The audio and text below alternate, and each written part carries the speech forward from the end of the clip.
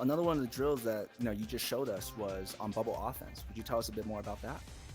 Right, yeah. So what we do is we take three people. You take a goalie, a defender, and an offense player, and you give the offensive player the disc somewhere around the middle of the just the middle of that side of the arena, and you have them just try and drive it in 1v2, just straight up using jukes, using movement, whatever they can. They can take the three if they want to, just trying to break through that defender, and then take a shot on the goalie 1v1 and score. And what that helps with is that develops your team to be able to be more comfortable in those situations where if they don't have a pass open, they can push in anyway.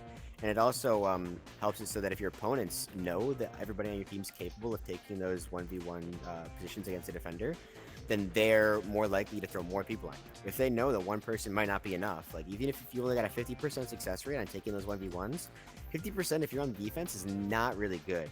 It's not good for offense either, but if for defense success rate, it's not good either. So they're gonna, if they can afford it, they're gonna throw more people on you, maybe two people on you, three people on you, whatever they can afford, whatever happens in the spur of the moment. And if they're not confident throwing one person at you and they throw two, three, four people at you, obviously not four usually, but it's for simplicity's sake, Sure. then you're opening up those passes for your teammates. And that doesn't mean you need to become a team of people who always get the disc and just try and juke into the bubble by themselves. But it's something that you can mix in every once in a while when you see a good opportunity for it. And again, doing this drill will help you notice those good opportunities for it. You'll notice weak points where your opponent makes a misstep, and you can take advantage of that and score just without any passing. And it'll help open up those passes because again, you're putting more pressure on just by being you, and then you're opening up passes for your teammates, and you're able to score when the defense slips up. What we'll do is we do like 2v1s, so we'll give one person the disc, and then they'll kind of just start from like it doesn't really matter where you start from, but they'll start from anywhere like either bow tie, cloud, anywhere like this rough distance from the goal, and they'll try and drive it in and score on a goalie and then a defender. And so what that does is that kind of helps. So if you want to like just come forward and just try and get through, like just pushing up a block, doing whatever you can. And what that helps with a lot is it helps the defender learn how to stop 1v1s, and then it helps if you're the person on offense. It helps develop your ability to take the disc in on your own, so that you're not relying as much on passing, because passing is definitely the better way to move the disc into the bubble and score. But if none of the players on your team are able to like mount a legitimate threat by themselves, then it's really hard to break into a tight bubble defense. So if everybody on your team, and it's good to like, so usually we'll have three people in there. We'll have one person play goalie, one person play the defender, and one person play offense. And then we'll kind of rotate who's who just throughout like the course of like each person will get like maybe like 10 attempts or whatever, and you see how many out of 10 you can get, kind of make it into a game. It's kind of fun. And you see how many out of 10 you can get if you're pushing into level 1 versus 2. The goalie's kind of just like the break spot because you're just preventing one shots and like easy threes and stuff. You're forcing the offense to make their shots. Yeah, if you're rotating, you're practicing like fighting 1v1s, and more importantly, practicing taking them as the offense. Because if nobody on your team can ever like take the 1v1 and like win it with at least what you're shooting for is like at least like a 40% success rate. If you can get 4 out of 10 attempts with the 1v2, then you're in a pretty good spot, I would say.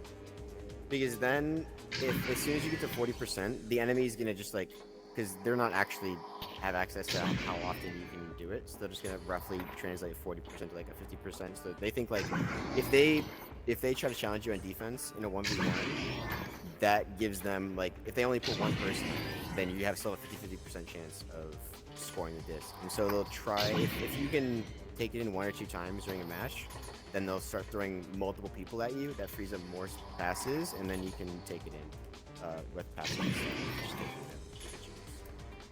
So having it so everybody on your team is like relatively competent on not passing the disc and even scoring anyway, really helps, because it's a good mix-up, right? So if you if you guys are always passing it in, then you're never gonna get hard pressure with the disc. And because you're never getting hard pressure with this, you're never going to really be comfortable taking it in anyway. So you're just going to be defaulting to always passing and always looking for cut passes. But the problem with that is eventually that just becomes readable. So you always want to be able to throw in, like, you don't want to just be trying to juke it into the goal every time, because that's obviously not good. But having that threat there, just having that lingering, like, the knowledge in your opponent's minds that if they give you a little bit too much space, you can and you will take it into the bubble and just score after your passing. And just having like your opponents know that that's something that everybody in your team is capable of doing is going to make your offense have a much higher threat level. So that if they see like 2 or 3 people approaching the bubble, not only do they want to cover the passes, obviously, but they also want to throw at least one person, if not more people, under the person with the disc to try and force that pass because they don't want you to just take it in. And again, if you can succeed in the 1v1 like 50% of the time, then that makes it so even if they throw one person at you, they're not necessarily going to counter with that. So they might throw 2 at you, and if they throw 2 people at you, you're probably not going to be able to get through that. But what you've done is you've opened up so many passes for yourself that it just becomes almost a free bubble offense.